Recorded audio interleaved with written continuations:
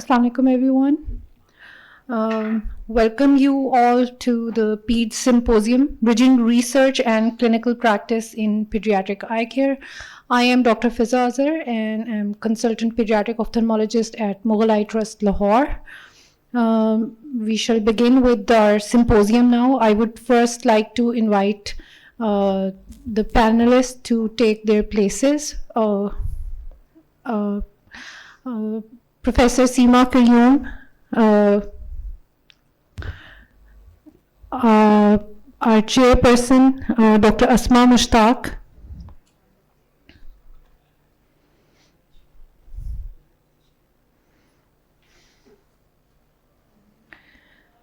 our first presentation is by Dr. Shafaq Najmi. Dr. Shafaq, please.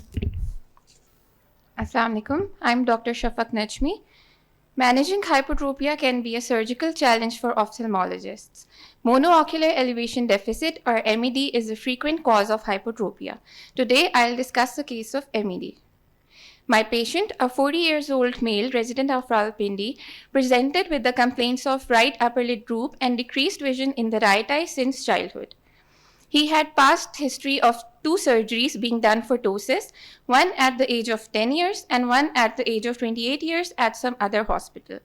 Dissatisfied with cosmesis, he presented to us for yet another surgery. On examination, his best corrected visual acuity in the right eye was 6/24, secondary to amblyopia. Rest of the anterior and posterior segment examination was unremarkable. He had mild residual right upper lid ptosis, jaw winking phenomena was positive, upward saccades were reduced, Bell's phenomena was poor, and there was no abnormal head posture. His extraocular movements revealed limitation of elevation of the right eye in upgaze, which was there both in adduction and abduction. On orthoptic assessment, he had right exotropia of 45 prism diopters and right hypotropia of 25 prism diopters. On the basis of this examination, diagnosis of right monoocular deficit was made and FTT and proceed was planned. Since his FTT was negative and his exotropia had to be taken into account, a full NAP procedure was performed. This is his picture on the first post-op day. As you can see, both his exotropia and hypotropia are corrected to within 10 prism diopters. The purpose of discussing this case here is that it could well have been a case of pseudotosis associated with MET that did not require any surgery for ptosis at all and just the correction of hypotropia. We'll quickly go through a few similar cases. This girl has a right MED associated with ptosis. As you can see, limitation of elevation of the right eye. On covering her left eye, she takes up fixation with her right eye and her ptosis is completely resolved. This boy had right MED associated with ptosis and he underwent right NAP procedure. On the first post-op day, you can see that the element of pseudotosis is eliminated from total ptosis. So the point to be kept in mind here is that ptosis associated with MED in patients with ptosis associated with MED, ptosis correction should only be done after vertical deviation has been corrected. A few words about MED. It is limitation of elevation of the affected eye from any position of gaze with normal ductions in all other cases. It may be congenital or acquired. Congenital causes are primary inferior rectus restriction, primary superior rectus paresis, or supranuclear palsy. Acquired MED may be due to lesions in the pretectal areas of the midbrain. It has 3 forms. Type 1 is the most common, present in 70% of the cases. It is due to inferior rectus restriction. FTT in these patients is positive. Upward saccades are normal. Bell's phenomena is usually poor. Type 2 is due to superior rectus paresis. FDT in these patients is free. Upward saccades are slow, both above and below the midline, and Bell's phenomena is usually absent. Type 3 is the new supranuclear type. In these patients, FDT is unlimited, and saccades are reduced above the midline and intact or mildly reduced below the midline. The most common presentation is with cosmetic correction of drooping lid. True ptosis is seen in only 25% of the patients, whereas rest have pseudoptosis due to large hypotropia. Other features may be hypotropia, chin elevation, amblyopia, and Marcus gun jaw winking phenomena may be seen in 1/3 of the patients. One point important in examination to differentiate it from Brown syndrome is that the limitation of elevation in MED is more pronounced in abduction as compared to adduction, whereas in Brown syndrome, it is more pronounced in adduction as compared to abduction. Treatment of MED can be broadly classified into two categories based on FTT results. If FTT is positive, it means hypotropia is due to inferior rectus restriction. So if hypotropia is less than 10 prism diopters, we go for inferior rectus recession. If it is between 10 to 25 prism diopters, we go for inferior rectus recession and a modified NAP procedure. And if it is between 25 to 35 prism diopters, we go for inferior rectus recession and a full NAP procedure. If FTT is negative, it means hypotropia is due to superior rectus paresis. So if hypotropia is less than 10 prism diopters, we go for inferior rectus recession or modified NAP. If it is less than 25 prism diopters and the inferior rectus has already been recessed, we can go for modified NAP. If there is any residual superior rectus action, we can go for superior rectus resection. If hypotropia is from 25 to 35 prism diopters, the treatment options are inferior rectus recession and full NAP procedure. And if it is more than 35 prism diopters, we go for inferior rectus recession and augmented NAP procedure. So the take-home message would be that differentiation of MED on the basis of restrictive or paretic cause and presence or absence of ptosis, pseudoptosis, and gun jaw winking phenomena are important in surgical planning, and ptosis correction should only be done after vertical correction has been done. Thank you. Any questions from the audiences for Dr. Shafaq? Very rightly pointed out, Dr. Shafaq, that MED is not always associated with true ptosis. It is most of the time it is pseudoptosis and is often overly operated. Our next presentation is by Dr. Ajmal Chaudhary. Sir, please. Good morning. तमाम तारीफ़ें अल्लाह ताला के लिए जो खालिक़ कायनात हैं, और लाखों करोड़ों दुरूद व सलाम हुज़ूर पाक सल्लल्लाहु अलैहि वसल्लम की ज़ात पर जो वजह तख़लीक़ कायनात हैं. With this I start my presentation. Low concentration atropine differential effects on ocular biometrics. Currently I am working as associate professor in this institute, Sheikh Zayed Medical College, Rahim Yar Khan. Myopia is a common public health problem, particularly in Eastern Asia, our part of world. And the prevalence of high myopia, that is more than 6 diopter, is supposed to be increasing by 10% by the year 2025. So that's the reason it's considered as a public health problem nowadays. And there are different complications of high myopia, having high axial length, like macular hemorrhage, retinal detachment, cataract, and glaucoma. And owing to these complications, the increased financial burden on the society and the person affecting with the high myopia. Atropine is an emerging therapy to reduce the progression of myopia. And there are 2 studies conducted till now for the atropine effect on myopia. One is atropine for myopia treatment, and other is low concentration atropine for myopia progression. Both have studied on the axial length elongation effects and the spherical equivalent progression effects. Atropine low concentration is, as I told, is an evolving treatment, but the effectiveness, its effectiveness and optimum concentration, ये अभी तक हमारे लिए थोड़ा सा है कि किस concentration के ऊपर इसके best effects हैं. The difference between spherical equivalent and axial length might be due to interactions between atropine effects and certain changes in corneal power in the development of the cornea. कोई cornea का भी इसके ऊपर role है इसका इस biometrics में. एक animal study in marmosets found that 1% or 0.1% atropine could lead to thicken the lens and move forward, suggesting that its effect on anterior segment. तो ये भी एक देखना पड़ेगा कि सिर्फ स्फेरिकल इक्विवेलेंट और एक्सियल लेंथ ही अकेली बात है या कॉर्निया का और लेंस का भी कोई اس کے اندر بایومیٹرکس میں افیکٹ آ رہا ہے. Further, the question remained whether axial elongation and other related biometric changes mediate the anti-myopic effect of low concentration atropine. So, this study was carried out to evaluate changes in ocular biometrics, especially in spherical equivalent progression by different concentrations compared with the placebo over 1 year. The objective was to assess the effectiveness and protection of low concentration atropine with different doses. It was a double blind and participants were allocated randomly. 4 concentrations were used: 0.05%, 0.025%, and 0.01%, along with the placebo that contains the 0.9% sodium chloride. Eligibility was evaluated for 246 participants and 132 participants were selected out of them, with 31, 37, 28, and 36 subjects were allocated to these 4 groups respectively. This was carried out at Sheikh Zayed Medical College, Rahim Yar Khan, from October 22 to April 2024.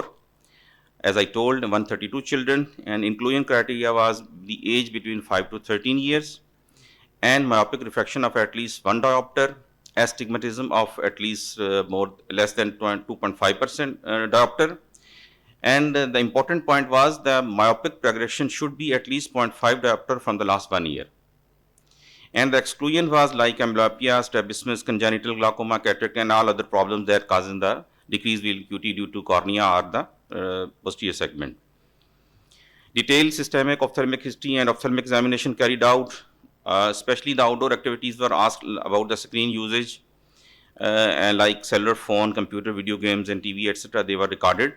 Cycloplegic refraction was carried out, spherical equivalent and axial length was determined and measured.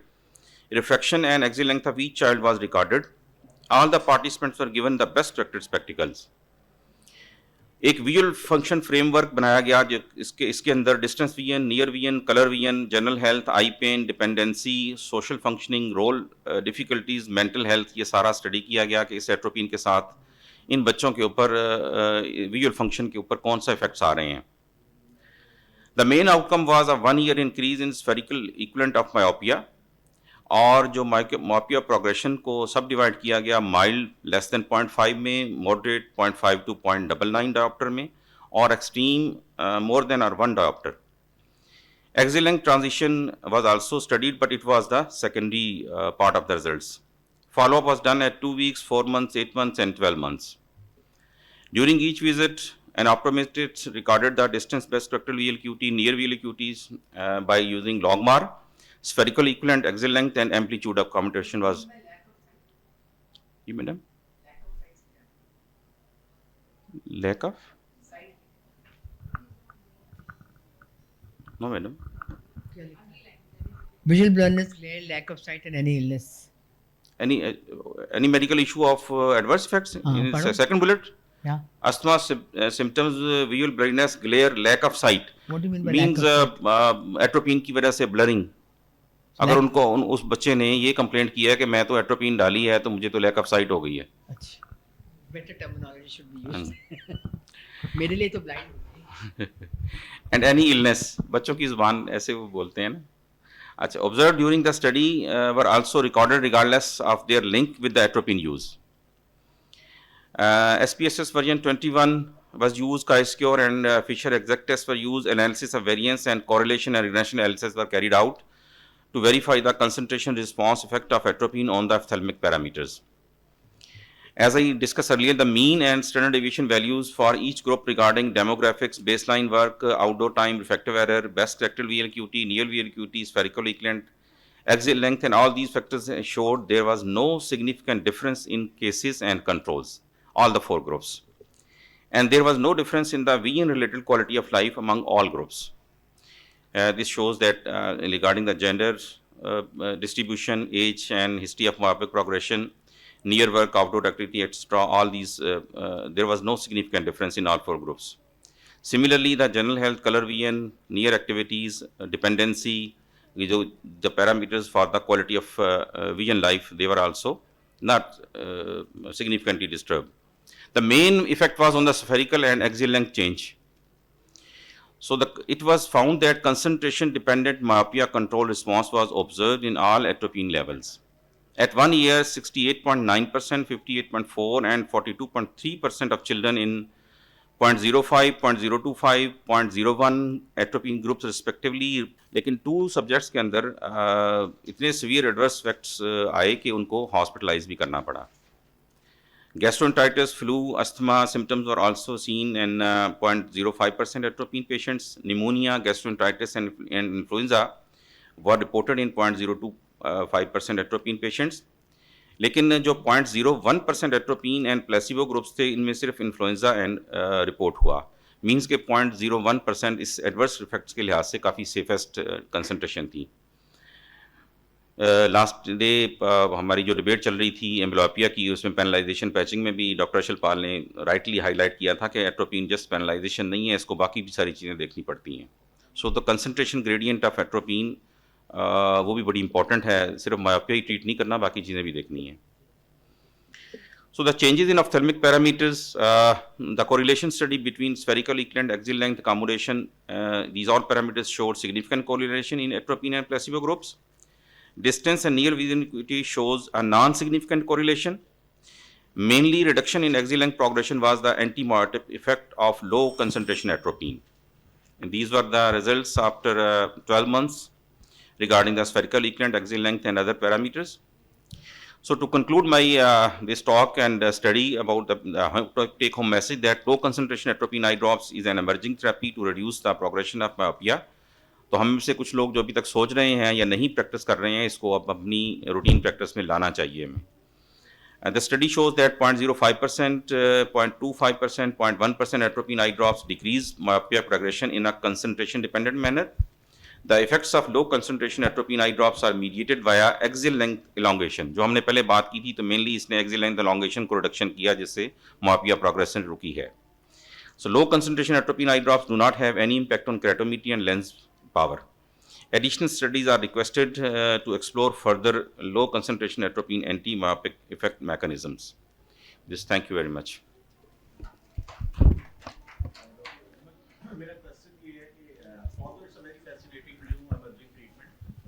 But my question is that how will you come to the conclusion that this progression which has been reduced, was that due to atropine or it was a normal age match progression?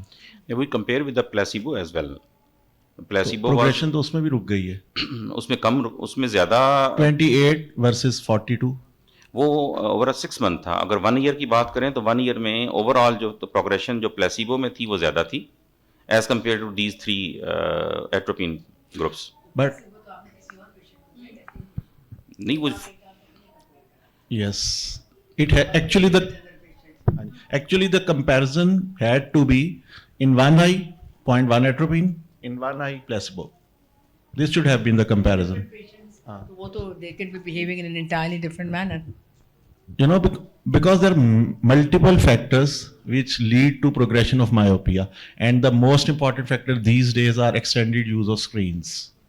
So if a child is using screen for 2 hours versus a child who is using 6 hours, 8 hours, so you know, how will you cover that point?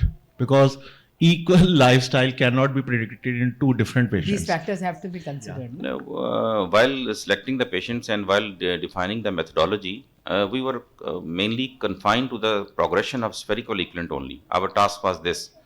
Although your point is valid that we should study the other parameters as well, but this was basically a pilot study, and to see that whether the spherical equivalent in our setup is progressive or not with different concentration. जो मुझे समझ में आई है कि take home message एक तो ये होना चाहिए कि आप हाई कंसंट्रेशन यूज ना करें. जी ऐसे क्योंकि 0.25 में भी काफी लीथल इफेक्ट्स हुए हैं. सो 0.01 is almost as effective as other high concentrations. Yes. But the side effects are much less. Yes. Because you did not see any side effect in 0.1%. Yes. 0.01%, sorry. Yes. So the take home message. Number one is to start this treatment. We are not starting.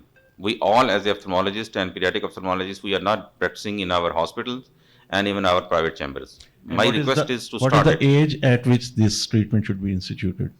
Age of the patient? Well, in our study, we took 5 to 13 years, but it must be as early as possible. Why not less than 5 years? As told, it's for the pilot study. We were thinking about other parameters as well, just to. मतलब जैसे वो अशल ने बात करी थी कि जो और जो even if it's a pilot study और आप सिर्फ एक चीज़ देखना चाह रहे हैं, लेकिन जो अदर जो फैक्टर्स मैंने वो कंडक्टिंग अ स्टडी, तो आपको वो जो को फैक्टर्स होते हैं वो तो आपको हर हाल में मतलब करने होते हैं. और एक व्हाट वाज जो सिलेक्शन क्राइटेरिया कि इसको मैंने मतलब किसी को 0.1% क्यों दी, किसी को 0.25 क्यों दी. नहीं, वो मैंने रेंडमाइजेशन करके पहले 4 ग्रुप्स बनाए ना. नहीं, बट वी नो कि ज़्यादा कॉन्सेंट्रेशन में तो कोई रिएक्शन होने के चांसेस तो होते ही होते हैं. It is not something which we don't know. लेकिन तो how can you subject a patient to a higher concentration जिसमें आपको पता है कि इसमें तो होना ही होना है. लेकिन sorry may be. Actually, don't take it personal. Basically, this is an emerging treatment of myopia, and as we all know, that myopia epidemic is on our ways. I also gave atropine 0.01%. I know 0.01% is safe. मेरे patient में कभी भी आज तक कोई problem नहीं. But I know that I don't have to give a 0.5%. I just know it for a fact. So why would I want to compare 0.01% with 0.5% or 0.25%? Why would I want to? Because they are known facts. तो होते ही होते हैं side effects. उसमें तो कोई hidden fact है ही नहीं ना. I agree. So why do you want to compare it? Just we have to see Why? whether. We know there are side effects. No, I agree. But by keeping the punctal occlusion and taking other parameters and What are the in the parameters? hospital we What can. are the parameters? It is a non-ethical study for me because if I know कि 0.5 पे मेरे को side effects बच्चों को मिलना ही मिलना है. I mean there are known facts कि उसमें तो मिलता ही मिलता है. तो why do I have to subject my child to a thing which I know that they're going to have side I agree effects? आपने करता. लिखा निमोनिया हो गया, आपने लिखा इन्फ्लुएंजा हो गया, आपने लिखा गैस्ट्रोइंटेस्टाइनल प्रॉब्लम हो जी गया. Hospital Why admission would I भी want हुआ. to- हॉस्पिटल एडमिशन So भी हुआ what- 2 I को. know कि एट्रोपिन डालने से हॉस्पिटल एडमिशन हो सकता है अगर रॉन्गली, अगर वो सही तरीके से नहीं डाला जाएगा तो होगा हॉस्पिटल एडमिशन, तो होगा ही होगा. So why do I want to subject a child to that? 1% atropine we routinely use for cycloplegic I know fraction. that. तो And Miss, I don't use it. By the way, I don't use it routinely because I know this is going to happen. I agree, but the concentration of 1% we are using. This was less than Who 0.5. said नहीं 1% I've used करते under special circumstances when you have a dire necessity to use them. And when Giving them for a long term, एक होता है atropine आपने एक examination या retinoscopy के लिए डाला one time, that is a one time use. ये आप use कर रहे हैं for a prolonged time. So how can I subject my child to a prolonged use of a concentration which I know that it is not right? मेरा ख्याल ये था कि eight the end of ethical board ने इसको prove किया madam था. मुझे बोलने तो नहीं है. इस मुझे स्टडी को एथिकल बोर्ड ने प्रूव जाहिर किया है था. प्रूव हुई तो ये आगे कंडक्ट हुई चलो, और पेपर नहीं, भी पब्लिश हुआ. but it is paper not- भी पब्लिश हुआ है. It is totally non-ethical study. I think it's a non-ethical study. Would you subject your child to such a treatment? 0.5 उसको डालोगे? मैं अपने बच्चे को नहीं डालूंगी.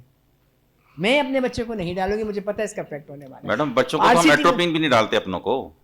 नहीं, मैं अगर मुझे जरूरत होगी तो मैं I examine my grandchild and मैंने फॉलो उसको जाइए, एट्रोपिन बहस डाली. किसी और तरफ जा रही है मैडम. नहीं, लेकिन नहीं, मेरे नहीं, अंदर this एक is क्यूरियोसिटी a- थी कि मैं देखूं कि इन कंसंट्रेशन का ये तो एक देखा, this is एक no तरफ fact. साइड इफेक्ट्स आ गए, एक तरफ इसके बेनिफिट आ गए. But अगर this मुझे is a- मिले कि इसका प्रोग्रेशन में इसका और एक्सियल लेंथ एलोंगेशन में बेटे, it is a known fact is concentration में side effects आने हैं. This is आने not a हैं, hidden fact. लेकिन अगर मुझे why are you trying to reinventing the wheel?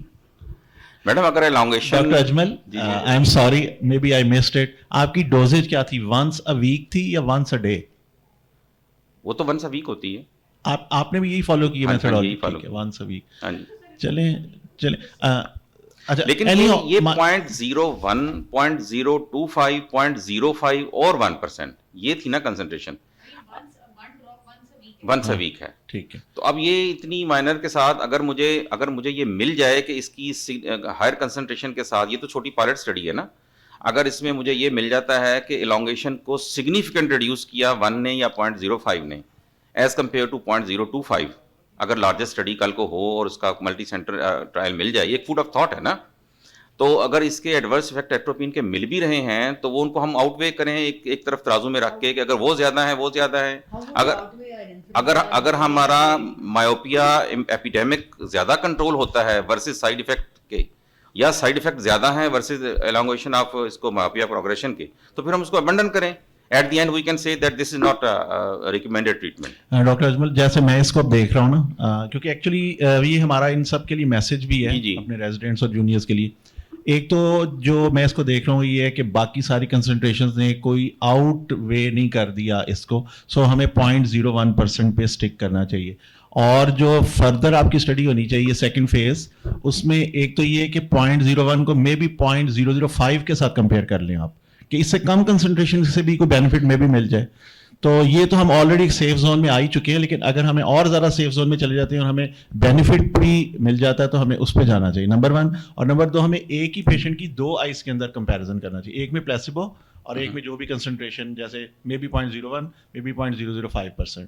اور تیسرا, ان بچوں کا اسکرین ٹائم سب کا سیم ہونا چاہیے.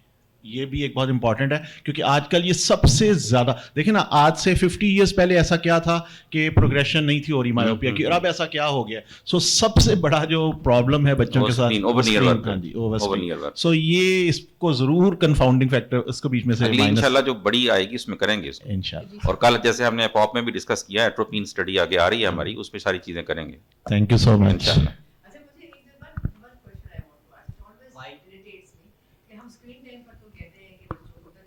ریڈ بکس کرتے ہیں, بک ریڈنگ میں تو 3 ایئر اکوموڈیشن استعمال کرتی ہیں. Just a question I am asking, I know the answer, I don't want to جی جی. اب میں آپ کا بیٹا ہوں, میں 5 سال کا ہوں, میں بیٹھا, میڈم میری listen to me, just listen to me. چھوٹا بھائی بھی بیٹا ہی ہوتا ہے. Just listen to me, although I am your son, ایسی بات نہیں, میں میری آپ ٹیچر ہیں, میری آپ کی مطلب ٹیچر دوسرے باپ ہوتے ہیں. تو میں پڑھ رہا ہوں فزکس, میں انگلش پڑھ رہا ہوں, میں میتھ پڑھ رہا ہوں, مجھے آپ نے آواز دی, میں کہوں گا جی ماما, and I will as a student, مجھے میری ہر وقت ارج ہے کہ مجھے کوئی نہ کوئی بلائے, میں کتاب چھوڑوں اور میں بھاگوں, چاہے بہن نے بلایا کسی نے بلایا. جب میں اسکرین پہ ہوں تو میں نے یہاں سے آواز نہیں اٹھانی جی ماما, تو یہ والا ہے بریک نہیں ہوتا. مطلب کھانے کے لیے ماں بلا رہی ہے, کھانے کی بھوک رکھی جا سکتی ہے, یورینیشن روکی جا سکتی ہے, نظر نہیں ہٹائی جا سکتی. جو میرا بچہ ہے, اب میں اپنے بیٹے کی بات کروں, when he was 5 years old, he was on the book, جتنی آواز دے دو جی ماما یوں ہی ہوتا تھا, بلکہ جی ماما بھی نہیں ہوتا تھا, کیونکہ he was an ardent book reader. لیکن یہ ایکسیپشنل ایک دو ہوں گے, and he does not have myopia, he is the only child who does not have myopia. Madam میں اس کا جواب دینے کی جسارت کروں. I want a real answer, یہ تو answer. I don't know that is a real answer کہ نہیں, لیکن یہ ہے کہ تب ہمارے زمانے میں بھی ایک آ جاتا تھا کہ جو پڑھاکو بچے ہوتے ہیں ان کو اینکیں لگ جاتی ہیں. ہاں جی ہاں جی نرڈ کہتے تھے نا ہمیں بھی, تو مطلب یہ کتابی کیڑے ہیں, ان کی کتابیں چھپا دو, ان کو کہیں لے کے جانا ہے تو. سو میرا خیال ہے بیسیکلی تو یہ it has to do something with accommodation and convergence spasm. Light کا بھی رول ہے ڈیفینیٹلی. نہیں لیکن میڈم میں ویسے ڈاکٹر اجمل کو سیکنڈ کروں گا کہ جتنا زیادہ بچے اسکرینس کے ساتھ انگیج ہوتے ہیں, جتنے زیادہ, ہاں جی, بلنکنگ نہیں کرتے, ڈرائی آئیز ہو جاتی ہیں, ہاں جی ہاں جی, یہ ساری چیزیں. سو بکس میں بھی اچھے لائک بچوں کے لیے اتنی انگیجنگ ہوں, لیکن ہر طرح کے بچوں کے لیے بکس انگیجنگ نہیں ہوتی, لیکن اسکرینز آر انگیجنگ. پکچر کی میموری زیادہ ہے نا, بک مونڈین ہوتی ہے 90%. جب جا کے دھکے بھی مارو ہاتھ سے بول نہیں دیتا. Thank you, Dr. Ajmal, for presenting such an interactive presentation with a healthy discussion and input. Atropine is getting popular day by day, and I would like to add that now recent studies are comparing 0.01% with 0.02%, and both have been proven to be safe with very good results. But only problem is that the more you increase the concentration, there is more chance of rebound myopia. Our next presentation is by Dr. Zunaira. She is going to present an interesting case on the surgical management of Duane syndrome. I have a case presentation today. A 12-year-old girl came to the OPD with presenting complaint of deviation of left eye since childhood, especially when she tries to see towards her right side. Her left eye deviates more towards up, and it is going on since childhood. On examination, the visual acuity of right eye was 6/9 and with 6/12 of left eye, with best corrected visual acuity 6/6 in right eye and 6/9 in left eye. Near vision was N6, that is normal, and without any correction. Anterior segment, there was no abnormality detected in both eyes. Pupil were round, regular rective, and fundus again were unremarkable. On Hirschberg, there was left exotropia of 15 degree with hypertropia of 15 degree. And cover-uncover and alternate cover test, again, it revealed the same findings of exotropia and hypertropia in the left eye. And prism cover test, left exotropia of 35 prism diopters and hypertropia of 40 prism diopters. Post-operative diplopia was negative. In extraocular movements, there was abduction deficit in the left eye, whereas elevation and depression movements were intact. And on adduction, there is globe retraction of the left eye along with severe upshoot of the left eyeball. And that is the main concern of the patient when she came to our OPD, that because of her abnormal eye movement, she was very conscious. And she was, then we thought to perform a procedure of medial and lateral rectus recession along with Y-splitting of the lateral rectus. So we performed the procedure.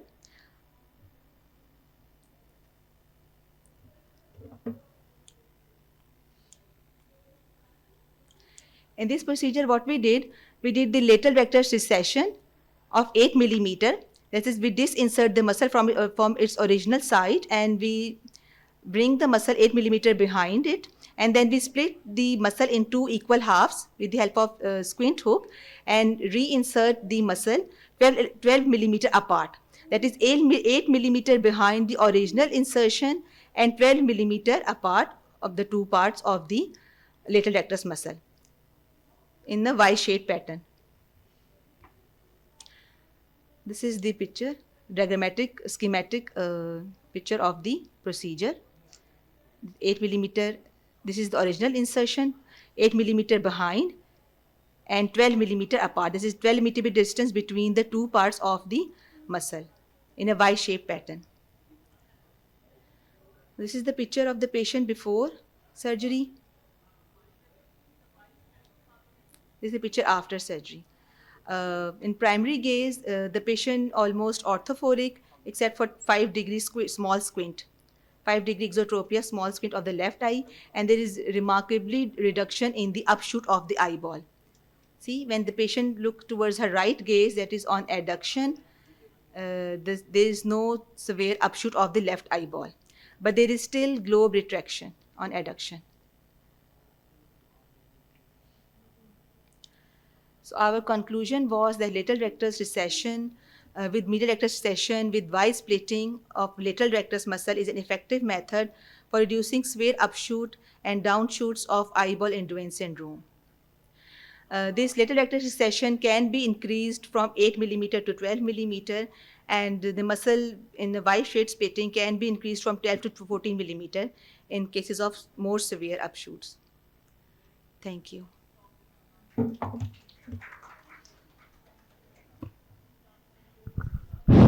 Doctor Junaira, मेरा question ये है कि डुएन्स में तो lateral rectus की surgery नहीं करनी चाहिए, ऑल्दो इसमें बड़ी सीवियर अपशूट थी, तो इसलिए आपने स्प्लिटिंग तो की. Why recession? Because she has exotropy also 15 degree. लेकिन एक्सोट्रोपिया तो होता है डुएन 1 में, तो उसमें तो मना है. लेकिन सर इसमें हमने मीडियल रेक्टस सेशन भी की है और लेटरल रेक्टस की सेशन भी की है with by splitting. Medial rectus recession with lateral rectus recession with bi-splitting of the lateral rectus. दोनों की रिसेशन की, हॉरिजॉन्टल की? Doesn't make sense. Medial rectus की रिसेशन क्यों की है? Sir, because of sphere. Recession तो अगर करनी है तो लेटरल रेक्टस की करें, नंबर 1, और लेटरल रेक्टस की सर्जरी मना है ड्यूरेंग रिट्रैक्शन सिंड्रोम में. Splitting is okay, that is okay, लेकिन वो मना है. और अगर आप मीडियल रेक्टस की रिसेशन कर देंगी तो पहले ही आई एक्सोट्रोपिक है. लेकिन सर अगर हम नहीं करते तो फिर ज़्यादा जो है ग्लोब रिट्रैक्शन हो जाती है. मतलब मैंने जो पोस्ट ऑपरेटिव देखे हैं पेशेंट्स, अगर सिर्फ लेटरल करते हैं तो there is mark globe retraction. Globe retraction उतनी ही नहीं रहती, ज़्यादा हो जाती है. तो मीडियल सेशन साथ करनी पड़ती है ताकि ग्लोब रिट्रैक्शन जो है ना, जो ग्लोब रिट्रैक्ट हो रहा है. आप ग्लोब रिट्रैक्शन को एड्रेस कर रही हैं at the cost of inducing squint, increasing squint. Squint increase नहीं हो जाएगा मीडियल रेक्टस की रिसेशन करने से.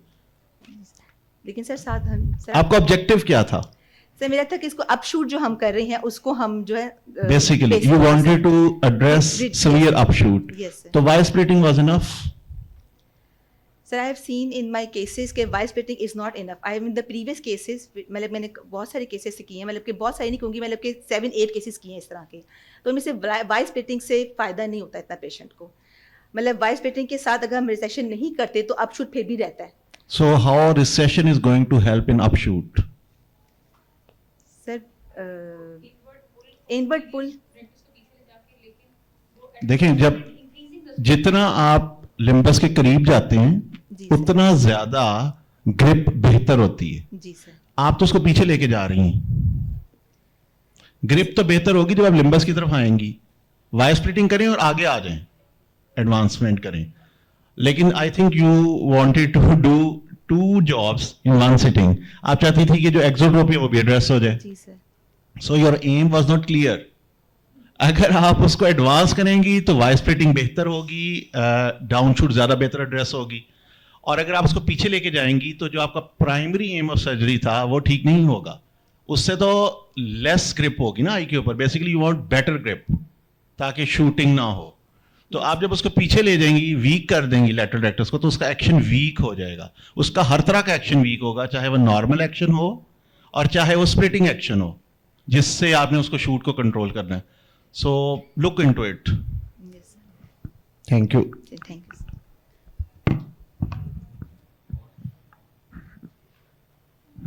Thank you, Dr. Zanera. I would just say that all is well that ends well. Our next speaker is Dr. Rebecca Murtaza, and she will be presenting DVD with inferior oblique overaction. Hello, Assalamu alaikum, and very good morning, everyone. So my name is Dr. Rebecca, and currently I'm working as a fellow of pediatric ophthalmology and strabismus in Al Shifa Trust Eye Hospital, Rawalpindi. So we come across many cases of esotropia and exotropia along with inferior oblique overaction as well as dissociated vertical deviation. But today I will focusing on the cases where you find both the things all together, that is dissociated vertical deviation along with inferior oblique overaction. So what is dissociated vertical deviation? It is actually when one eye moves involuntarily and independently of the other eye, not in accordance of the Hering's law. This is called dissociated vertical deviation. And the other terms are alternate hyperphoria, anatropia, you can call it periodical vertical squint, alternating subsunduction, and double vertical strabismus. So the patient presents to you with a spontaneous updrift of the either eye associated with abduction and excycloduction when the patient is fatigued, daydreaming, or when the fusion is artificially interrupted. On uncovering the deviated eye, no movement is seen in the fixing eye, while the deviated eye slowly drifts back for refixation. So you can see in this picture, you can appreciate that when the one eye is covered, that eye it drifts upward while the fixating eye is at the center, and you can appreciate in all the 3 pictures.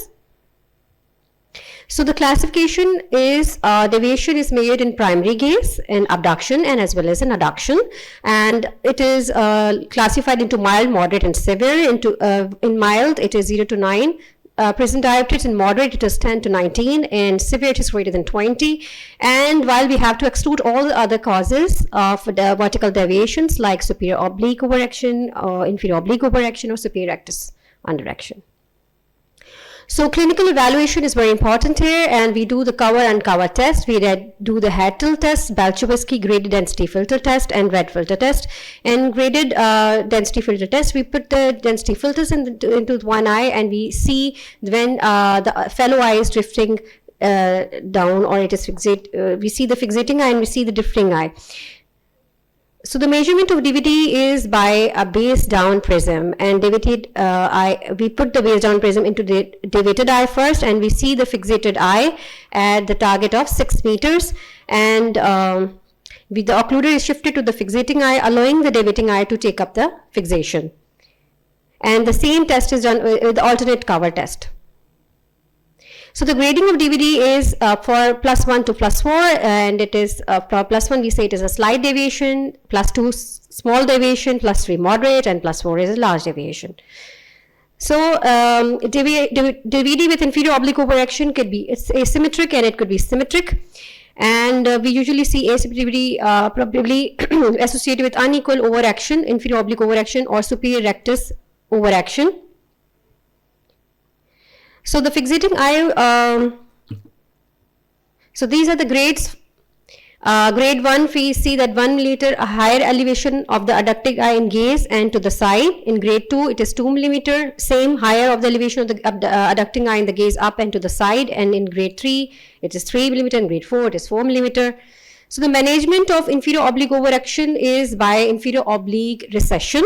But when we see that the patient is having DVD with inferior oblique overaction, we would prefer to do full anteriorization with J deformity. Usually it is seen in the bilateral cases. And you can see in this picture that the procedure, how it is done. So we have different procedures with DVD. When DVD is associated with no inferior oblique overaction, we would prefer to do superior rectus recession with inferior rectus resection, while DVD with moderate inferior oblique overaction, we will prefer to do inferior oblique enterization or enterization of inferior oblique muscle. So I will be showing you video in which we are planning to do the enterization of the inferior oblique muscle. So we are doing the conjunctival periotomy and we're cutting the tenon right now.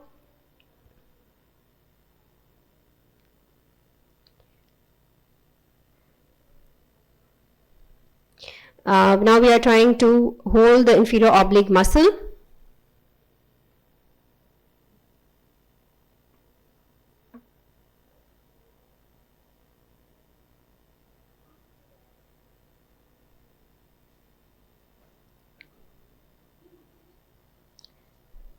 We are hooking the inferior oblique muscle right now, cleaning the tenon.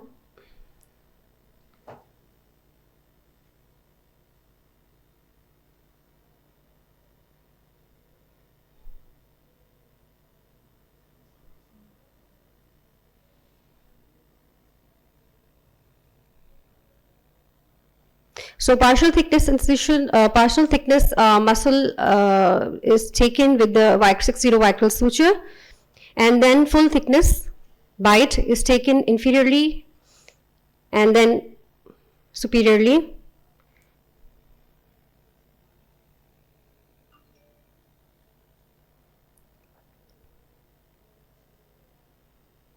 We clamp the muscle.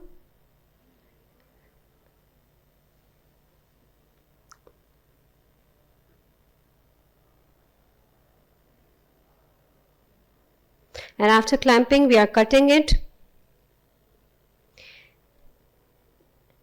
We are hooking the inferior rectus so that enterization of the inferior oblique could be done at the site of insertion of the inferior rectus.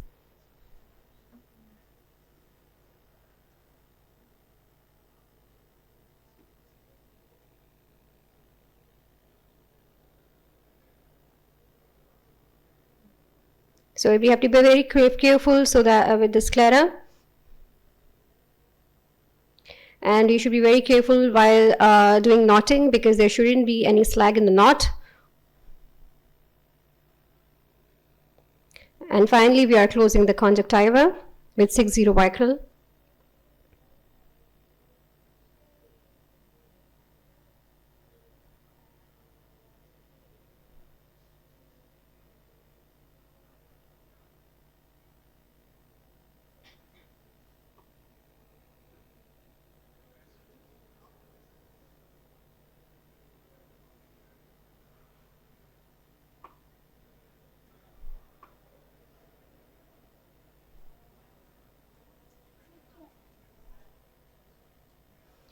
So the surgery is done. So the inferior oblique was transported and fixed on the same horizontal and superficial sclera adjacent to the inferior rectus insertion at a location of 1 millimeter posterior to the inferior rectus insertion for +1 to +2 inferior oblique overaction, and at the level of insertion for +3 and at inferior oblique overaction, and at 1 millimeter anterior to the insertion for +4 inferior oblique overaction. So the complications are seen in these cases are anti-elevation syndrome, in which there is limitation of the elevation of the abducting eye, resulting in the secondary upshoot of the contralateral adducting eye, and also the narrowing of the palpebral fissure. So these are the references. Thank you very much.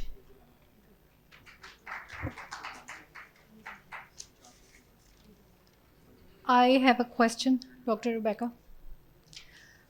So my question is that infantile esotropia and infantile exotropia is often associated with DVD. Yeah. So when you plan a horizontal resection and recession, do you plan to address, or do you regularly do an inferior oblique transposition in the same setting, or you wait and you measure it again and you do it in a second setting? So what our plan is that we do, first of all, we do the horizontal squints for ESO and EXO. First we do that for the ESO and EXO both, and then we again do the orthoptic assessment for the vertical muscles. Like for inferior oblique, we plan it for the second setting, not in the first setting, never. And then we decide accordingly, and we do twice the orthoptic assessments, not at once that we think, okay, this is the muscle and then we have to, no, we do twice the assessment and then we plan for the vertical muscles. Thank you so much. That besides horizontal deviation in primary position, there is a vertical deviation also. In that case, isn't it better to address that eye? Besides horizontal muscle, you do also the inferior oblique.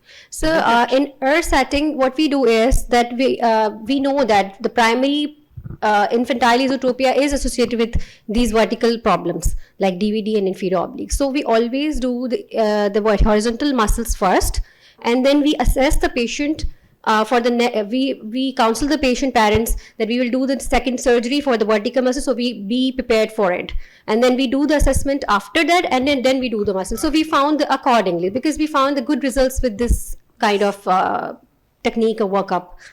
Thank you. Actually, doing horizontal muscles first and then doing the vertical muscles later on reduces the amount of surgery you need to do in the second time. Yeah. You're more sure of the second surgery, and you can address DVD better if you do it in the second sitting. Yeah. Because the children, especially infantile esotropia, they're not that cooperative that we can actually tell that this is actually 35 or 55. So some amount of DVD is actually controlled by doing the horizontals only. So it's better to do the horizontal first. The child has some amount of fixation. He can start developing his visual systems, and then in the next setting, we can surely address DVD, which is not actually that big deal as compared to the esotropia. Yeah. Two-stage surgery is better. Yes. In my experience also, Ashil Saab has been my teacher. So this was our approach. Okay, sir. Thank you so much. So next presentation is by me. I will be presenting a case of a child with congenital corneal opacity, prey to an unwarranted certainty case from mismanagement to management.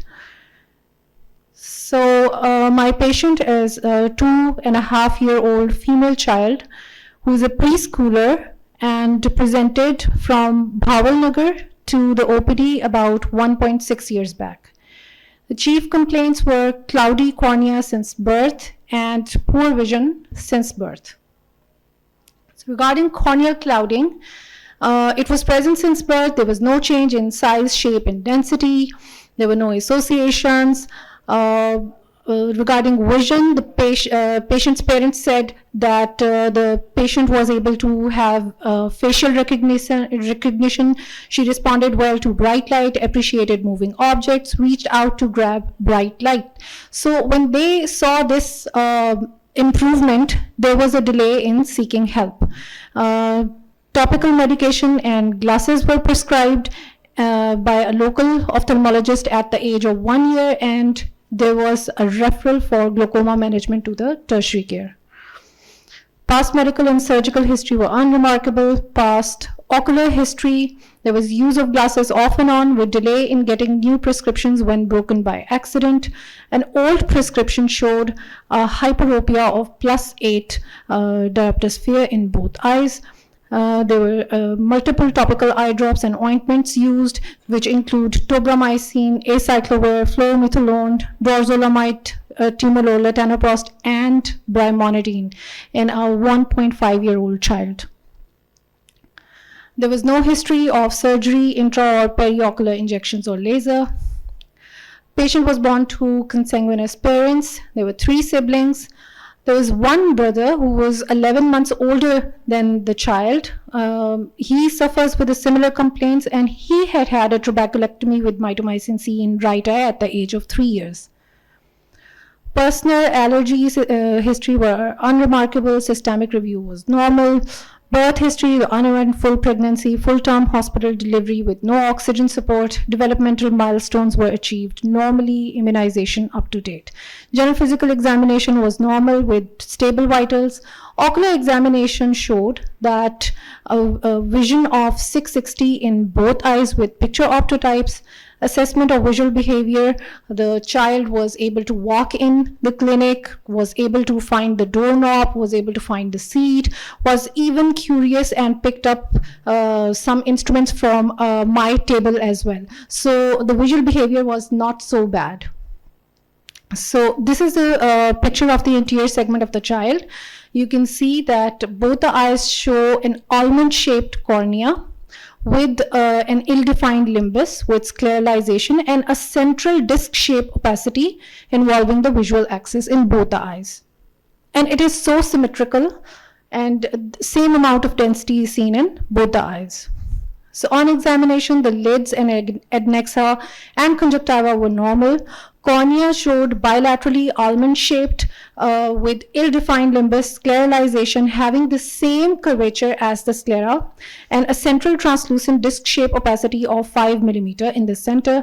Corneal diameters were 9 and 9.5 in the right, and 9.5 and 10 in the left. Anterior chambers were shallow, iris was normal, pupils were round reactive, lenses were clear. Now, this is important. Intraocular pressure when taken by eye care tonometer was 20 and 21, and when taken with the help of Perkins was 17 and 18.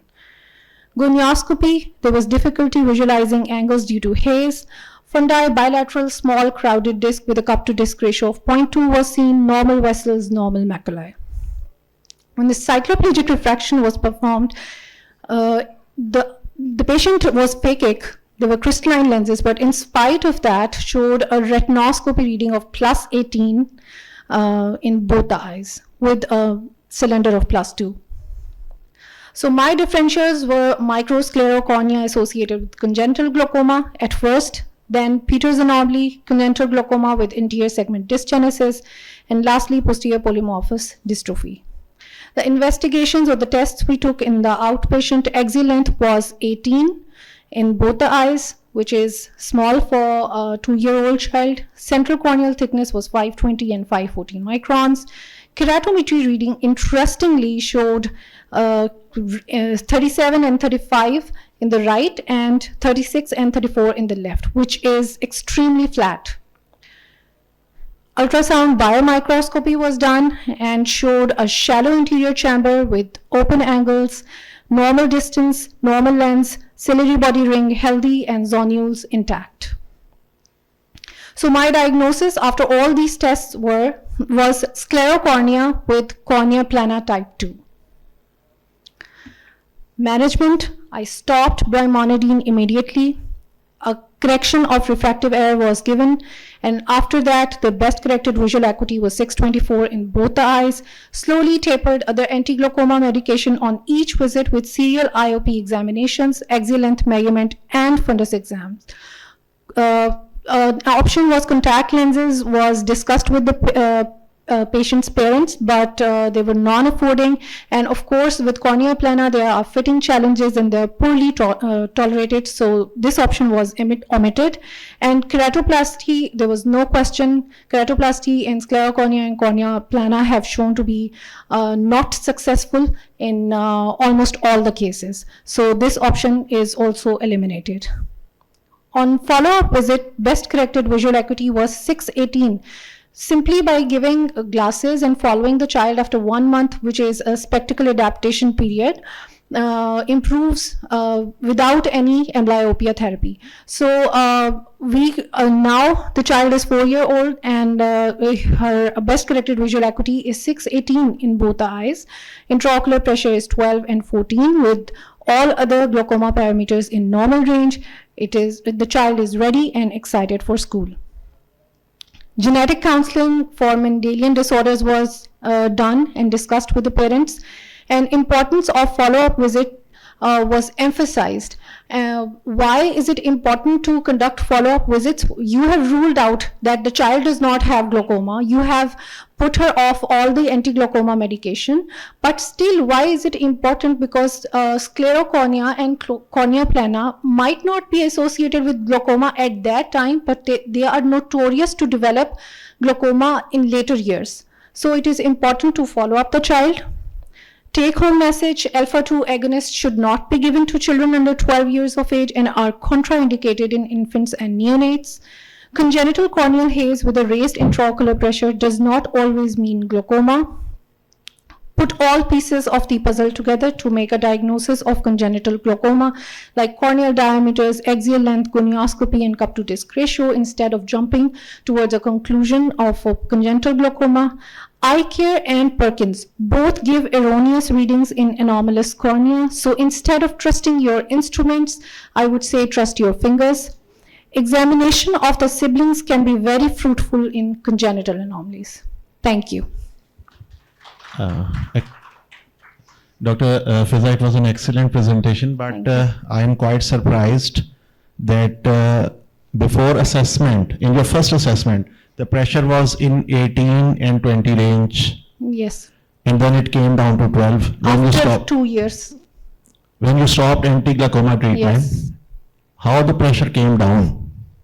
Sir, the point I made in this presentation is that these instruments are not to be trusted when the cornea has congenital anomaly. In cornea plana 2, there is a thickness at the level of the Bowman's and the stroma. And That is understandable. thickness, No, that is understandable.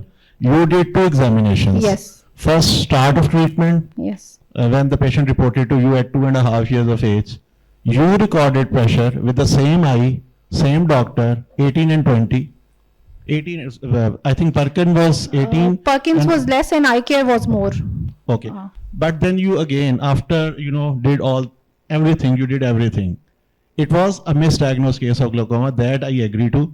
But how the pressures came down? Why? The eye was the same. Yes. But sir, pressures, the reading I gave was after 2 years. The pressures do not come down all of a sudden. वो दोबारा अपनी Yes. First second slide पे जाएं.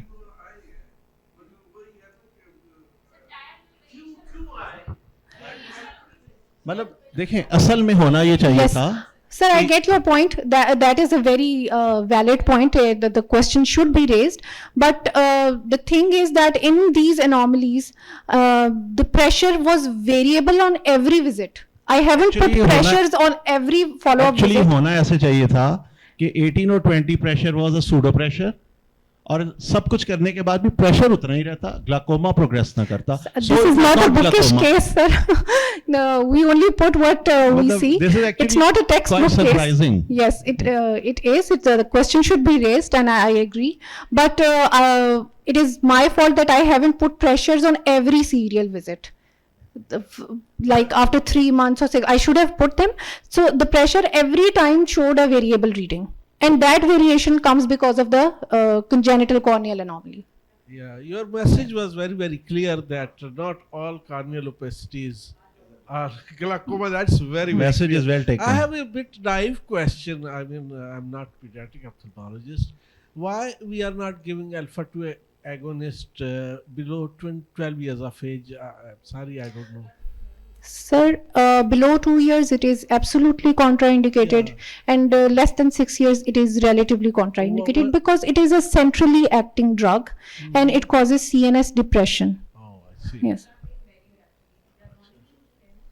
Acha. Brimonidine इसका जो दूसरा वो है Proclonidine, which is not available in Pakistan, thanks God. So Okay. these are the drugs, they cross the blood-brain barrier and they can cause CNS depression. और बच्चों में हमें पता भी नहीं लगता कि उसका बच्चे का माइंड स्लो इसकी वजह से हुआ है किसी और की वजह से हुआ है. Yeah. So, Yeah, that's great. Something I've 2 years learned. से पहले absolute contraindication, 6 years पे भी ठीक है. relative and अब better to give 12 after से 12. नीचे ना दे, बस बस सिंपल सीधा सी सा- बात है. simple सा rule 12 ही years बेहतर है. below. Children ना- have been seen to go in Yes. respiratory depression I with see. Brimonidine. Rest of So- the drugs we can give. Yes. Isn't it? Okay. Yes. Thank you. if there is no contraindication like sir asthma and other. یہ group ہم سب سے and پہ دیتے ہیں, that is the last resort. ہاں جی, ہماری registry میں ہے ہی نہیں یہ group. Our next presentation is by Dr. Lubna Siddique. I would like to invite Dr. Lubna. So moving on from anterior segment to posterior segment, I'm going to discuss retinoblastoma, a very common disease in young children, and we are living in a country with a pretty high prevalence of retinoblastoma. One study showed that in Karachi only, in every 1 lakh child under 5 years of age, 4 are going to get retinoblastoma in their eyes, being bilateral or unilateral. In our country, enucleation is a social taboo. There is a high tendency of the parents to refuse enucleation, and being a progressive disease, it does not stop on stopping follow-up and on stopping seeing the doctor, and many parents end up seeing their children disfigured, dying of intracranial metastasis, and seeing retinoblastomas protruding out of the palpebral fissure and involving the face.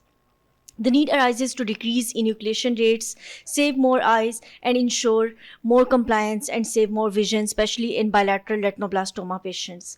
We explored the possibility of expanding interventional neuroradiology services, and here I'd like to thank Dr. Umair Rashid, who is the head of department of the interventional neuroradiology, and this procedure was not possible without his efforts and his dedication. We started conducting intra-arterial chemotherapy, and the first baby was treated in October 2017, and he was the first child treated with ISC in Pakistan. ISC ensures direct delivery of therapeutic agent towards the target, which is the lesion, and it gives us an opportunity to use more potent drugs because it bypasses the other systemic circulation, so we can use stronger drugs which cannot be used in intravenous chemotherapy. It has a good penetration of the blood retinal barrier and of the blood ocular barrier, and the drug concentration achieved by ISC in the vitreous and in the retina is higher relative to in systemic chemotherapy, and it also has less toxicity. All ISCs are performed under general anesthesia, and the patient is heparinized to avoid clot formation and arterial occlusion. A microcatheter is used, and these microcatheters are expensive. These advance through the femoral artery to the ascending aorta, arch of aorta, brachiocephalic, common carotid, and from the cavernous sinus, the ophthalmic artery arises, and we aim for the ampulla or the start of the ophthalmic artery, where we engage the microcatheter and start infusing the drug. This is the exact site where the microcatheter is going to be engaged. These are real life pictures which show the path of the catheter going through the arch of aorta, common carotid, then the internal carotid, and when finally the drug is injected or the contrast is injected in the ophthalmic artery, we can see a choroidal blush delineating the eyeball or the posterior surface of the eyeball. We have 3 drug options: melphalan, topotecan, and carboplatin, and every one of them has a different mechanism of action, but melphalan is proved to have lesser ocular and systemic side effects, so it is more commonly used compared to topotecan or carboplatin.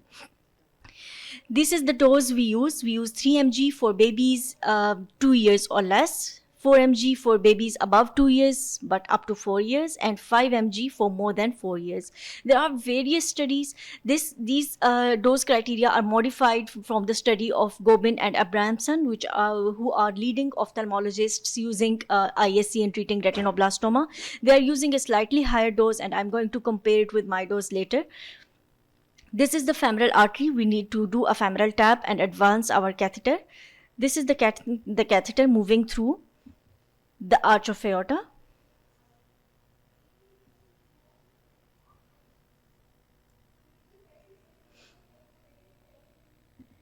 Here we are trying to direct the catheter from the arch of aorta to the brachiocephalic artery. This is a little difficult because we have to bend it at 90 degrees. It takes a little time, but we can engage the brachiocephalic artery.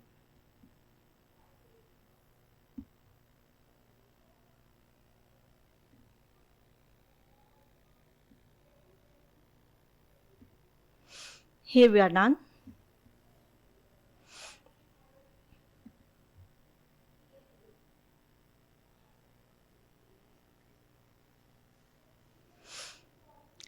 The middle cranial artery is the direct branch of the common carotid artery, and that takes up the contrast first.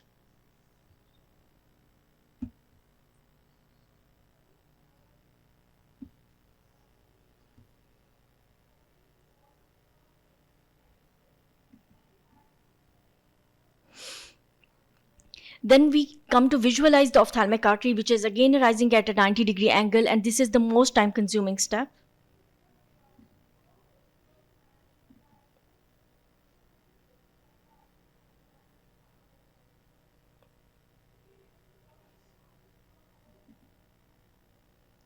Yes, just like a snake, we need to bend this microcatheter and point it towards the ophthalmic artery.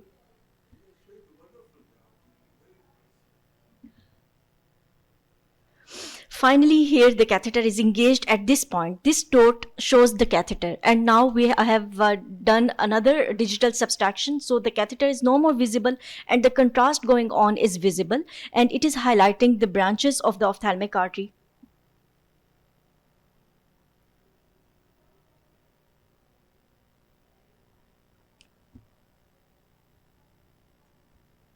This is another patient. In this patient, we can see a better delineation of the eyeball or the posterior surface of the eyeball here.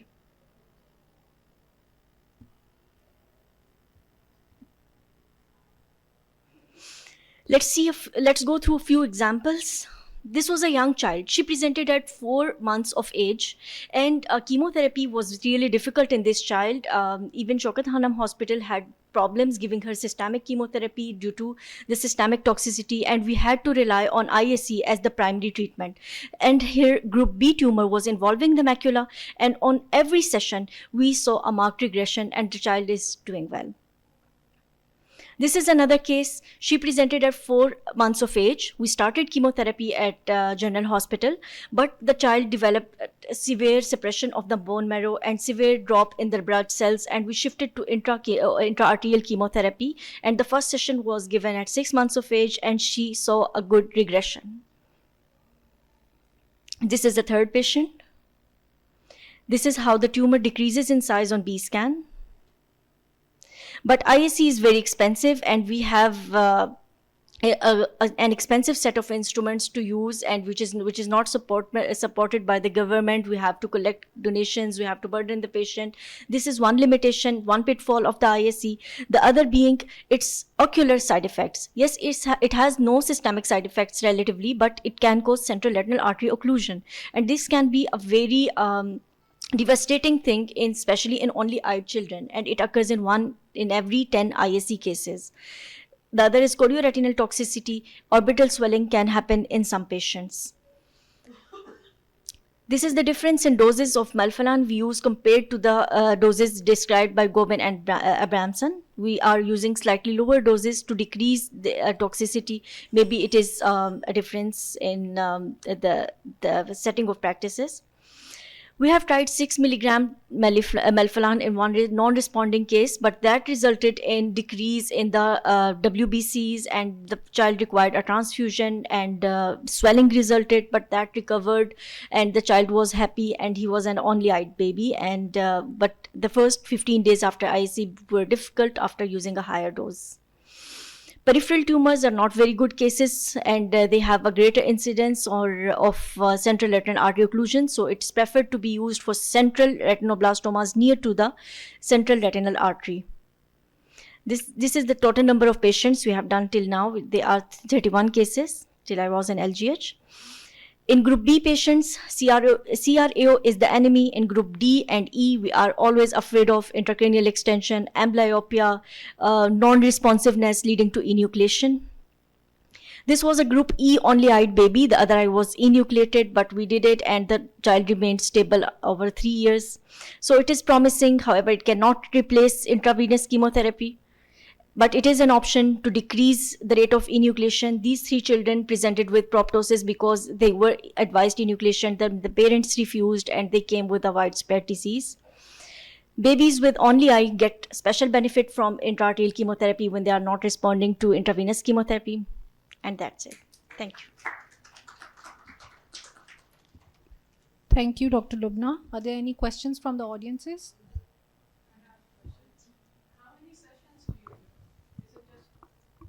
How many sessions? In the literature, some babies even have received up to 11 sessions.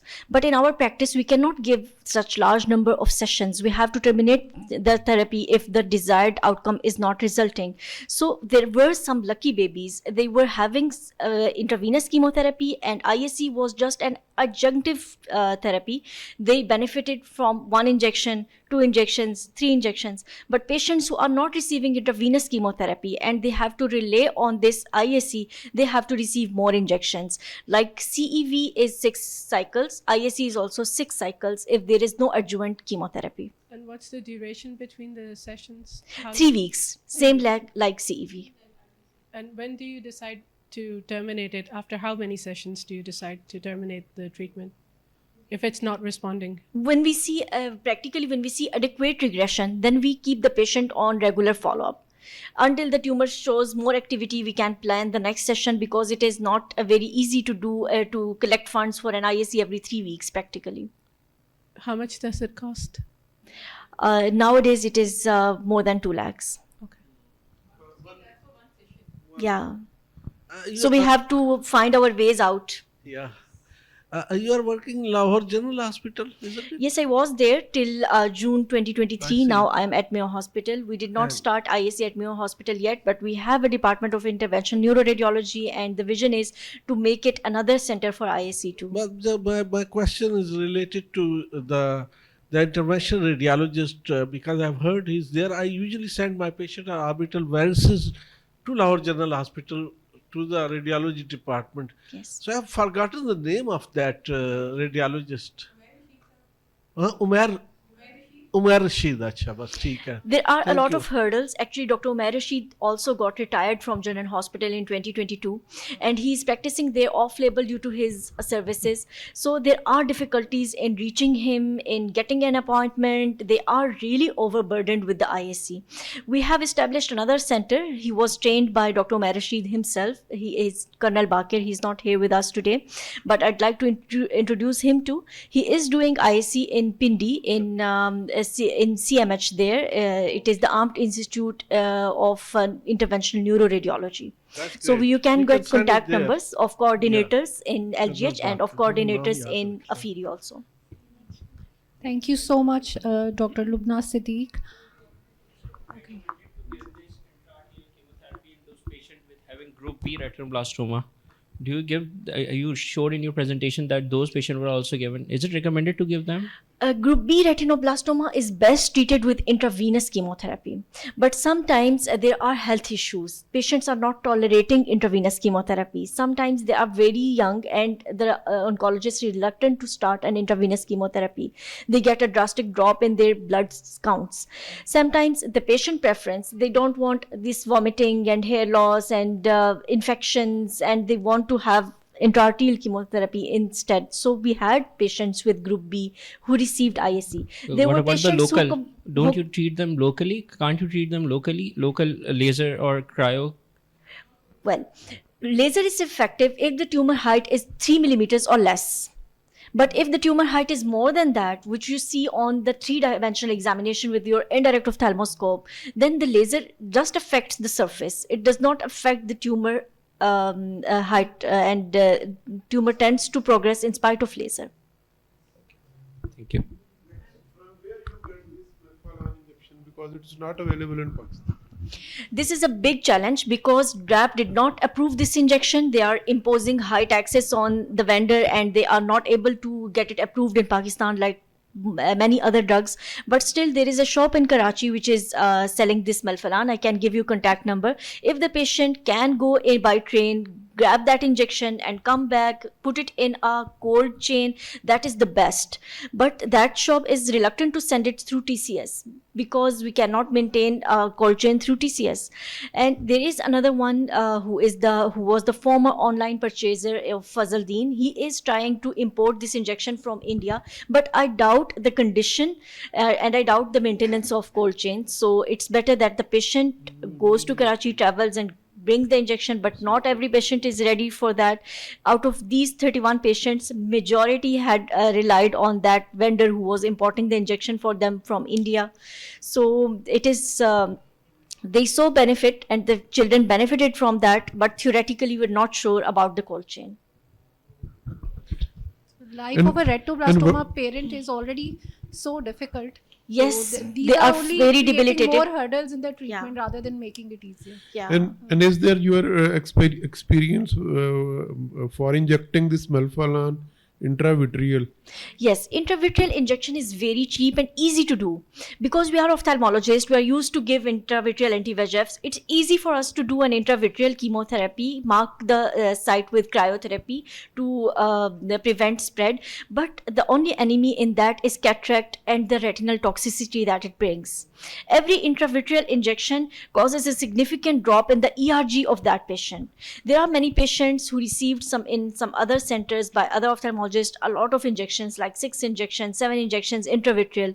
They have the tumors regressed, but they cannot see because the toxicity is that much debilitating. So we have to keep that in view also, because that hits the retina directly. And once cataract is formed, the cataract formation is a sign of ocular toxicity. Even if you do a cataract surgery, you do a wonderful cataract surgery, still the choroidal thickness remains there and the eye ends up with phthisis bulbi. So that is another hurdle in the way of intravitreal chemotherapy, although it is easy to do. Thank you, Dr. Lubna. Our next presenter is Dr. Khushbakht, and she will be presenting ergonomics of ROP screening.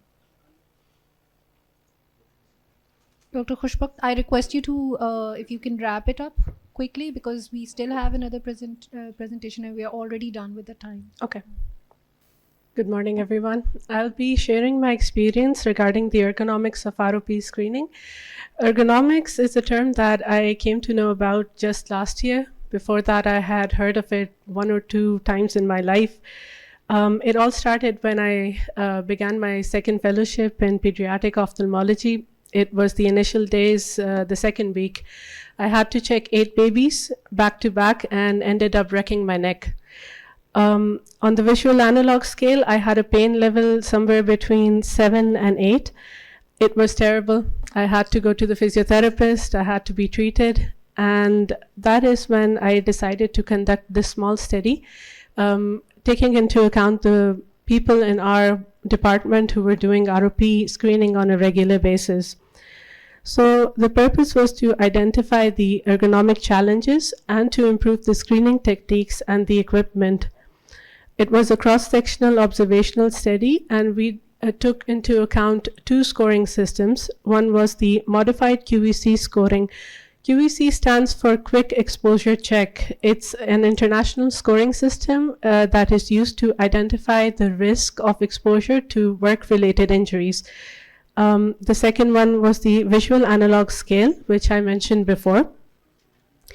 In the results, according to the visual analog scale, the 7 participants in the study had pain in their necks and in their backs somewhere between 7 and 9. This is the QEC scoring that we used. We modified it taking into account the parts of the body that we wanted to examine. So since in ROP screening, the back and the neck are involved, we took into account these 2 parts and we mathematically calculated the score. We also took into account the amount of stress that each individual was experiencing. It was pretty interesting to see that even though each individual would spend less than 2 hours every day on ROP screening, the stress levels were quite moderate. Mathematically, we calculated the scores for the back. Some people would have their back in a static position, others would be moving around. So we took these 2 scores into account, and we calculated the scoring for the neck, and all of this came out to be low. The exposure level, the risk level was low, but the stress levels were high. Now, in case of moderate to high risk, there are several interactions that have to be identified, and they should be urgently reduced. But when you're at a low risk, constant low level of trauma constantly to your back and neck can result in permanent damage, and that has happened to the people in our department. Common postures that we acquire are flexion of the neck while standing. Now you can see this is greater than 20 degrees flexion. On top of that, remember that the indirect ophthalmoscope carries a weight of 400 to 800 grams. So that's further stress on your neck. The second posture is bending our backs more than 20 degrees and less than 60 degrees. And then when we need to check the different quadrants, we move around while having our backs flexed this way. Now, with me is the assistant, the ROP coordinator, and as you can see, her posture is pretty bad. She ended up hurting her back, and it was so bad she couldn't stand up straight. So we were all going through these work-related injuries. We brought in the physiotherapist. She assessed our postures, and this is what she suggested, that we screen babies while sitting down in a posture where our backs would be straight. Also, she asked us to use adjustable chairs with back support. This is the best that we could manage. We also started using lighter weight indirect ophthalmoscope, and the assistant was also made to sit. Now, once I checked the baby, instead of moving around to check the different quadrants of the retina, we move the baby around. And we do that by placing the baby on top of 2 towels, and then we move the towels around. When I check the baby, and if I find any findings that are interesting, the resident takes over. And as you can see here, the angle between the neck and the back here is about 20 degrees, which puts minimal pressure on the back and negligible pressure on the neck. So in conclusion, physical strain in ROP screening is because of constant poor posture and prolonged use of non-ergonomic instruments, and introduction of ergonomic interventions like adjustable chairs, improvement of posture, proper positioning of the patient, and lightweight instruments help to enhance both the well-being of the practitioner and improve the quality of care provided to the patients, thereby improving our own efficiency. Thank you. Thank you, Dr. Khushbat. I would like to request Dr. Asma for her presentation on retinoblastoma guideline outcome.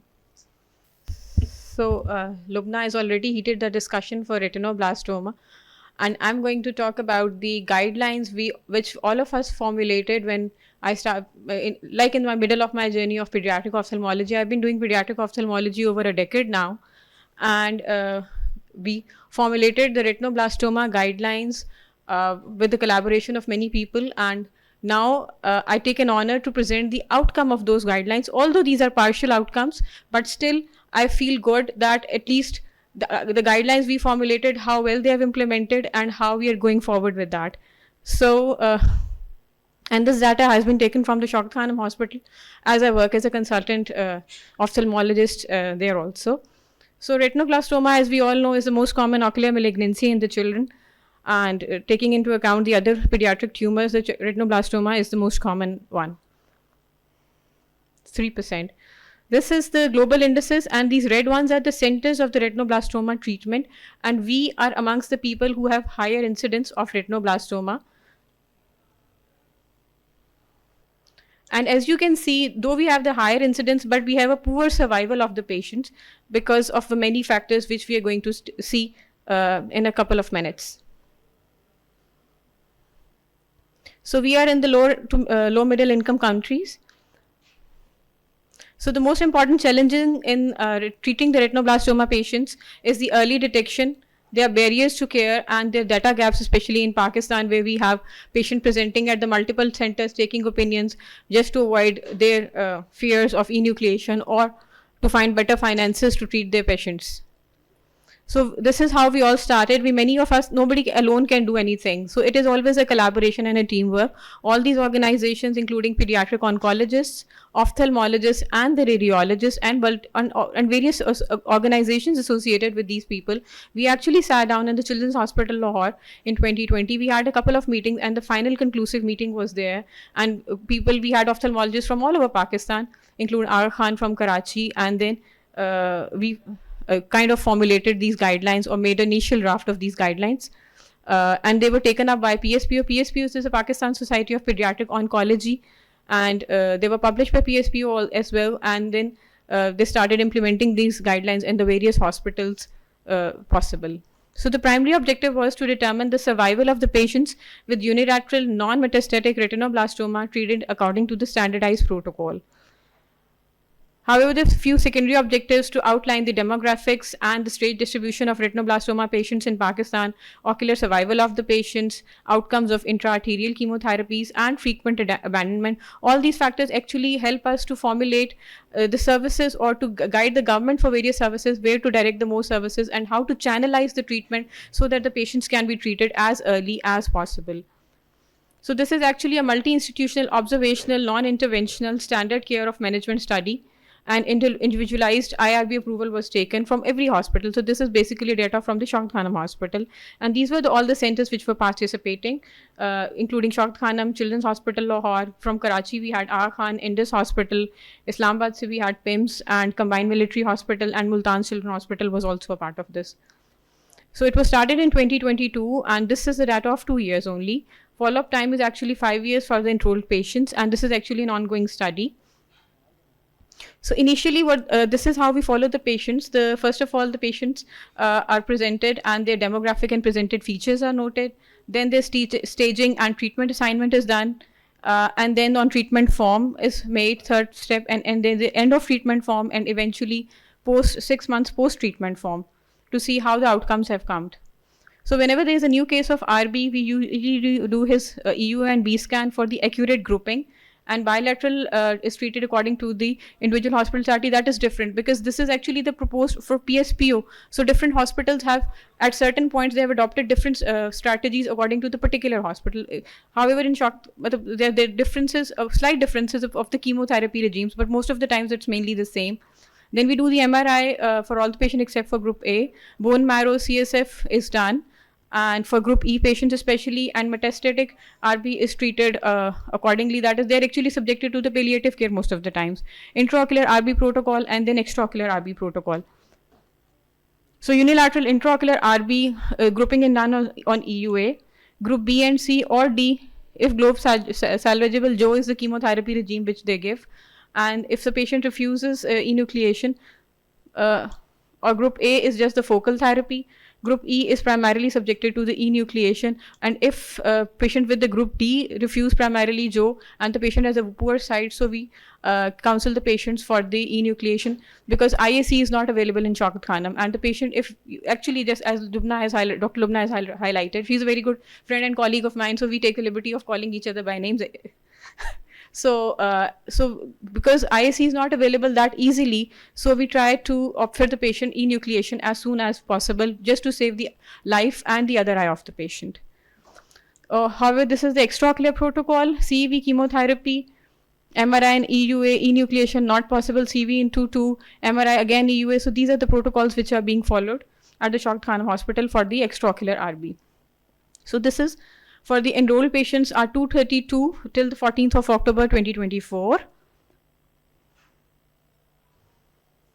Hospitals, various hospitals, most of the patients' data is from the Shaukat Khanum because this data was actually combined at Shaukat Khanum Hospital, Indus Hospital, Children's Hospital Lahore, CMH from Rawalpindi, Aga Khan.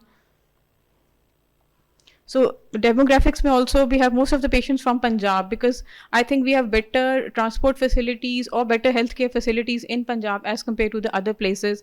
We have a couple of cases coming from Sindh and Afghanistan also, and Balochistan and KPK. But because of the travel time or delayed presentations, if patient does not reach to us in time from these places. So the mean age at presentation was 33.41 months, and they were 51% were males and 48% were females. The presentations at the presentation was, the primary complaint at presentation was a white reflex in most of the patients, followed by eye redness. Swelling is lesser common, strabismus, low vision, they are lesser common than that. So white reflex is the main thing that brings the patient to the doctor for a retinoblastoma. So laterality में 33% were unilateral and 67% were bilateral. Family history was positive in 6% of the cases.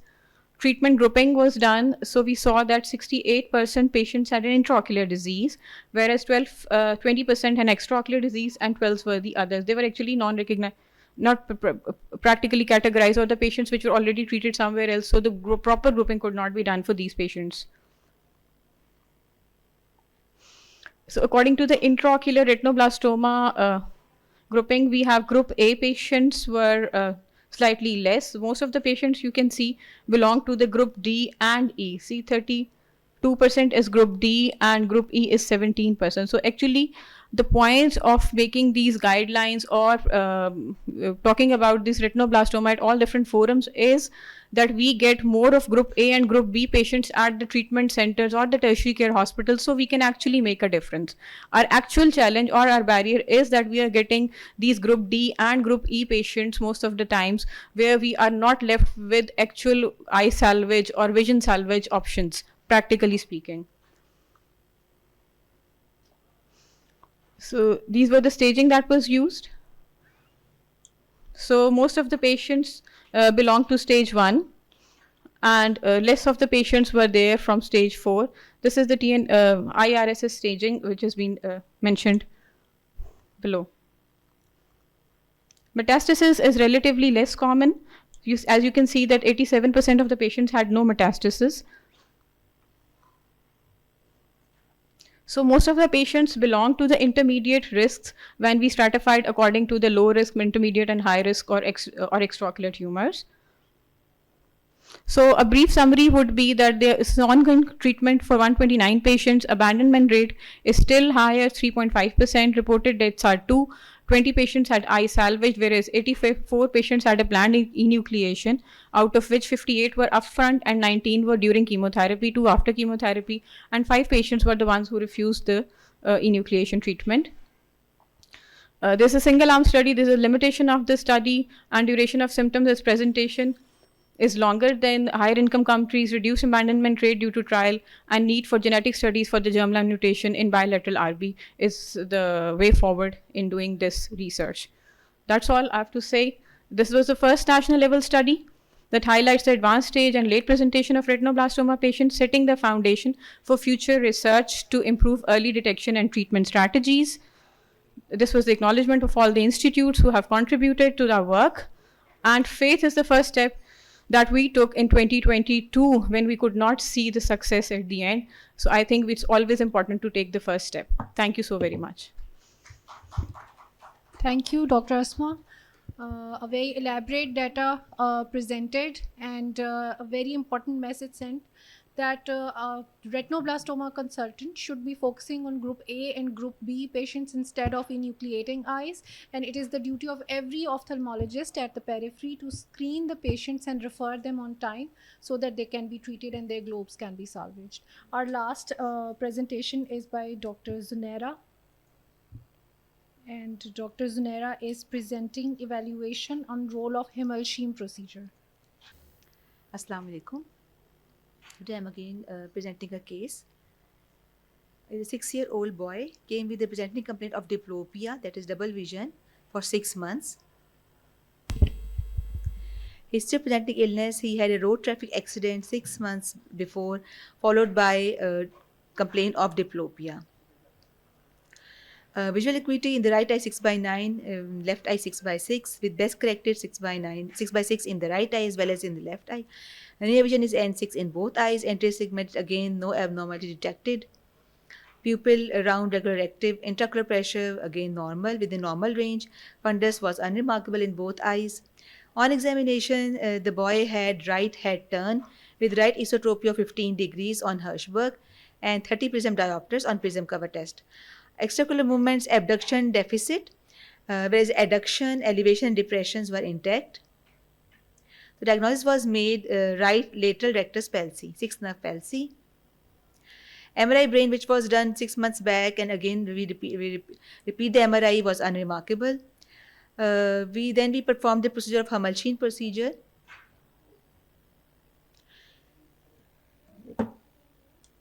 In which we split the superior rectus muscle and inferior rectus muscle in 2 portions. by simple squint hook, and then we disinsert the half of the portion of the muscle and reinsert it just adjacent to the lateral rectus muscle 2 millimeter apart. In the same way, inferior rectus muscle again split into two halves, and one half is reinserted just adjacent to the lateral rectus muscle 2 millimeter apart.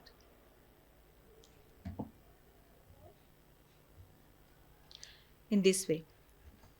And posteriorly also, the muscles were sutured with the lateral rectus muscle to strengthen the lateral rectus muscle. This is the picture before the surgery. This is after the surgery. The boy became orthophoric and the diplopia subsides completely in the primary gaze. The patient became orthophoric, abduction slightly improved to 1+. And the main issue of diplopia in primary gaze has been resolved. In right gaze, diplopia markedly reduced. Our conclusion was Humulcine procedure is an effective procedure in reducing diplopia in lateral rectus palsy patients. Thank you. Thank you, Dr. Zunaira. It is important that if a child feels the need of cosmetic correction, we should do whatever we can to help the child. By this, we end and conclude our session. I would request all the speakers to come forward for a group photo.